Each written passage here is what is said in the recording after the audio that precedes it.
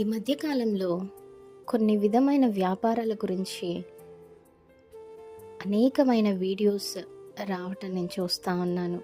అలాగే కొందరి కమెంట్స్ కూడా నేను తరచుగా చూడటం జరుగుతూ ఉంది.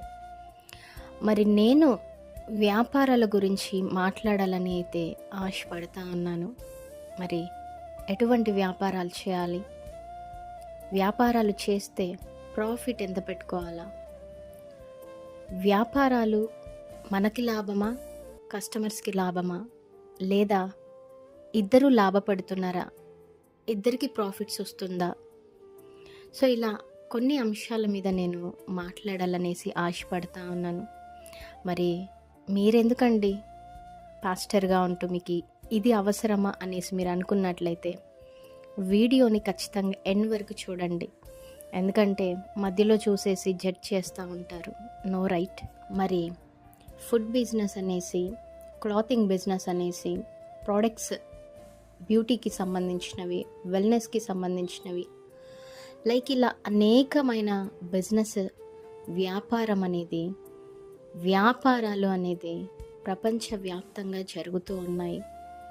అన్ని బిజినెస్లు రన్ అవుతేనే మన నీడ్స్ ఫుల్ఫిల్ అవుతాయి అనేసి ప్రజలుగా మనం ఆలోచించుకోవాలా. మరి ఎటువంటి బిజినెస్ చేయాలి అనేసి కనుక మీరు ఆలోచించుకున్నట్లయితే ఫస్ట్ ఆఫ్ ఆల్ నేను చెప్పేది ఏంటి అంటే దేవుణ్ణి అడగండి. ఎందుకు అంటే మనం ఎప్పుడైతే దేవుణ్ణి అడిగి ఆయన చిత్తం కనుక్కొని ఒక పని లేదా ఒక వ్యాపారం చేస్తామో ఖచ్చితంగా మనం సక్సెస్ అవుతాము. అదొకటి గుర్తుపెట్టుకోండి. అది ఎవరైనా పర్వాలేదు. కమింగ్ టు ప్రాఫిట్, లాభాలు. మరి లాభాలు ఏ విధంగా పెట్టుకోవాలి అనేసి నన్ను అడిగితే కనుక, ఒక ప్రోడక్ట్ మనకు పడేది ఒక 100 రూపీస్ అనేసి అనుకుందాము. అది మీరు జనాల్లోకి, కస్టమర్స్ పబ్లిక్లోకి తీసుకొని వెళ్ళాలి. మీ కష్టం ఉంటుంది. కొంతమంది ఎండకు కష్టపడతారు, కొంతమంది ఇంట్లో కూర్చొని కష్టపడతారు.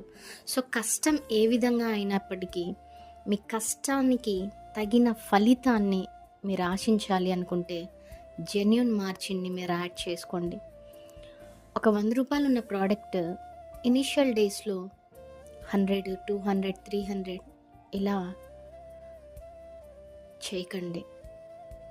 ఇటువంటి సేల్ చేస్తే సేల్స్ బాగానే రన్ అవుతుందేమో కానీ కస్టమర్స్ అనేది తక్కువ ఉంటారు.